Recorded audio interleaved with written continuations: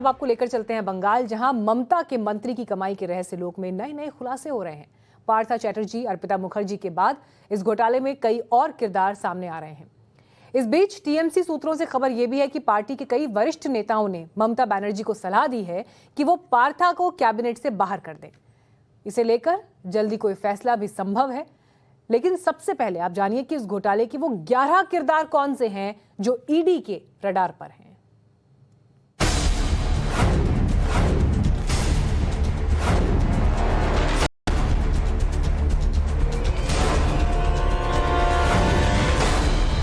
दो बड़े घोटाले, 21 करोड़ की रकम, 3 प्रॉपर्टी, अर्पिता मुखर्जी, मोनालिसा दास, पार्था चटर्जी, माणिक भट्टाचार्य, अनंता देव अधिकारी, एक ब्लैक डायरी, 2 कारोबारी और एक ब्रोकर।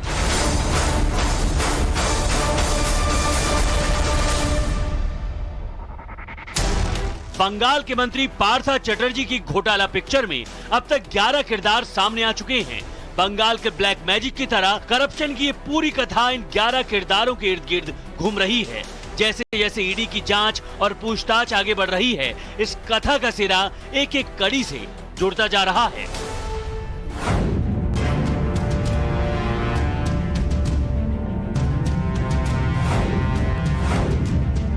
मंगलवार को भुवनेश्वर से कोलकाता पहुंचने के बाद ईडी ने पार्था चटर्जी और अर्पिता मुखर्जी दोनों से पूछताछ का राउंड शुरू किया। दोनों को अलग अलग कमरों में कई घंटे तक बिठाकर पूछताछ की गई।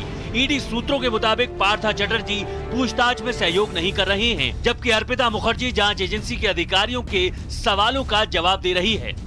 एसएससी घोटाले के बाद टेट घोटाले में भी पार्था चैटर्जी का भूमिका का खुलासा हुआ है। ईडी सूत्रों के अनुसार जब पार्था चैटर्जी के घर में रेड हुई थी तो टेट 2012 की जो दुर्नीति है उसके भी कुछ दस्तावेज मिले हैं। कहा जा रहा है ईडी सूत्रों से कि अब ईडी का जो एंगल है इन्वेस्टिगेशन का वो उस तरफ भी रुख ले रही है। अर्पिता की बिना पर ईडी उन प्रॉपर्टीज पर रेड भी कर चुकी है। एक बिजनेसमैन के घर पर भी छापेमारी की गई है। ये प्रॉपर्टी कोलकाता और नॉर्थ 24 परगना के इलाके में मौजूद है। एसएससी घोटाले की जांच तेज हुई तो करप्शन की एक और काल कोठरी खुल गई। सूत्रों के मुताबिक पूछताछ के दौरान अर्पिता मुखर्जी ने किया बड़ा खुलासा।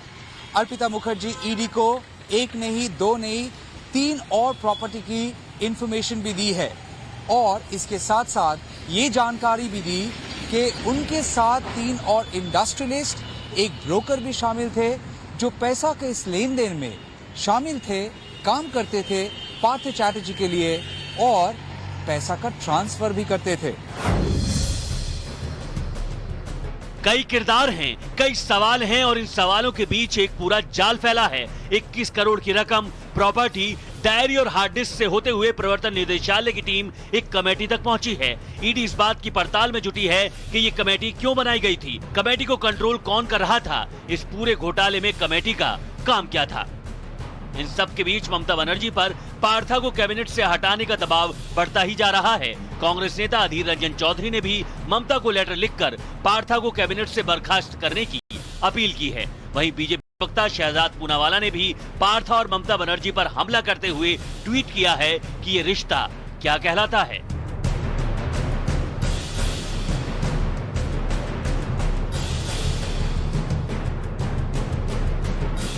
फिलहाल सूत्रों से खबर है कि ईडी के रडार पर अभी कई लोग हैं। अर्पिता, पार्था से पूछताछ जारी है। आने वाले दिनों में घोटाले की इस कथा के कई और अध्यायों से पर्दा उठ सकता है। कोलकाता से तनुश्री बोस के साथ तमाल Saha, times now Navbharat.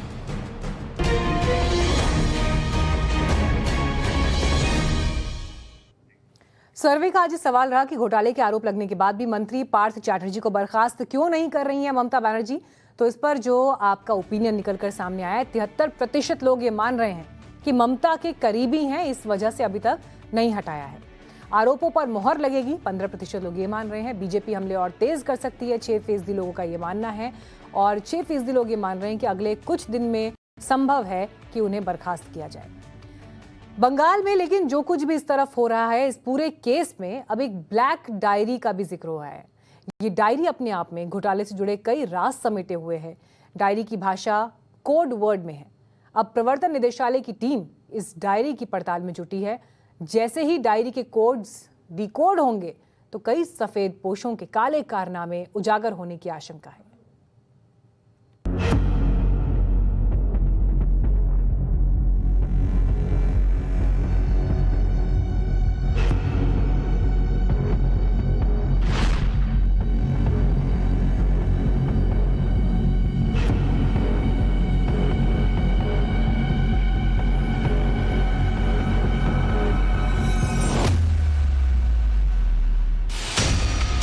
Diary खोलेगी घोटाले के राज। ब्लैक डायरी में बंद काला चिट्ठा। काली कमाई के कोडवर्ड में क्या? कोडवर्ड डीकोड तो सब एक्सपोज। नोटों के इस पहाड़ के नीचे कितने राज दफ्न हैं, खुलासे हो रहे हैं तो अध्याय खुल रहे हैं। अब ऐसा ही एक अध्याय काली डायरी का है। ये काली डायरी क्या है? इस काली डायरी में क्या है? कौन इस डायरी को मेंटेन कर रहा था? इस डायरी में क्या दर्ज हो रहा था? सबसे बड़ी पूछताछ की विषय होगी वो है कि उस ब्लैक डायरी में क्या लिखा हुआ है। ईडी के सूत्रों से पता चल रहा है कि उस ब्लैक डायरी जो अर्पिता मुखर्जी के घर से मिला है उसमें कोड वर्ड्स में कुछ लिखा हुआ है। अब तक इस डायरी की जांच में जो तथ्य निकलकर सामने आए हैं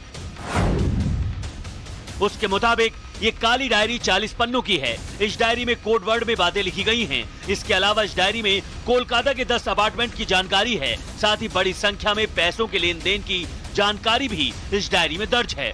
सूत्रों से खबर यह भी है कि अर्पिता मुखर्जी के नाम पर संपत्तियों की जानकारी भी इस ब्लैक डायरी में मिली है। ईडी की टीम इस डायरी का पन्ना पन्ना खंगालने में जुटी है। इस डायरी में दर्ज कोड्स को डिकोड करने की कोशिश कर रही है। अगर वो इन्हें डिकोड करने में कामयाब हो जाती है तो इस घोटाले के कई और काले राज से पर्दा उठ सकता है। कई और चेहरे कटघरे में आ सकते हैं। इसके अलावा ईडी ने अब इस मामले में टीएमसी के एक विधायक माणिक भट्टाचार्य को भी समन जारी किया है। पार्था की गिरफ्तारी के बाद ये किसी को जांच एजेंसी का पहला समन है। एसएससी और टीईटी घोटाले से कनेक्शन को लेकर ईडी माणिक से पूछताछ करना चाहती है। अब इस घोटाले में बंगाल की माय नागुरी सीट से टीएमसी के पूर्व विधायक अनंत्या देव अधिकारी की भूमिका भी सामने आ रही है। पार्था चटर्जी के आवास पर रेड के दौरान अनंत्या के नाम का लेटर हेड मिला है। इस लेटर हेड में कुछ उम्मीदवारों के नाम लिखे हैं। इसको लेकर अनंत्या देव से ईडी पूछताछ भी कर सकती है। फिलहाल पार्था और अर्पिता से पूछताछ के बाद सामने आई जानकारी के मुताबिक इस घोटाले का रहस्य हर दिन के साथ गहराता जा रहा है। तनुश्री बोस के साथ तमाल साहा, टाइम्स नाउ, नव भारत।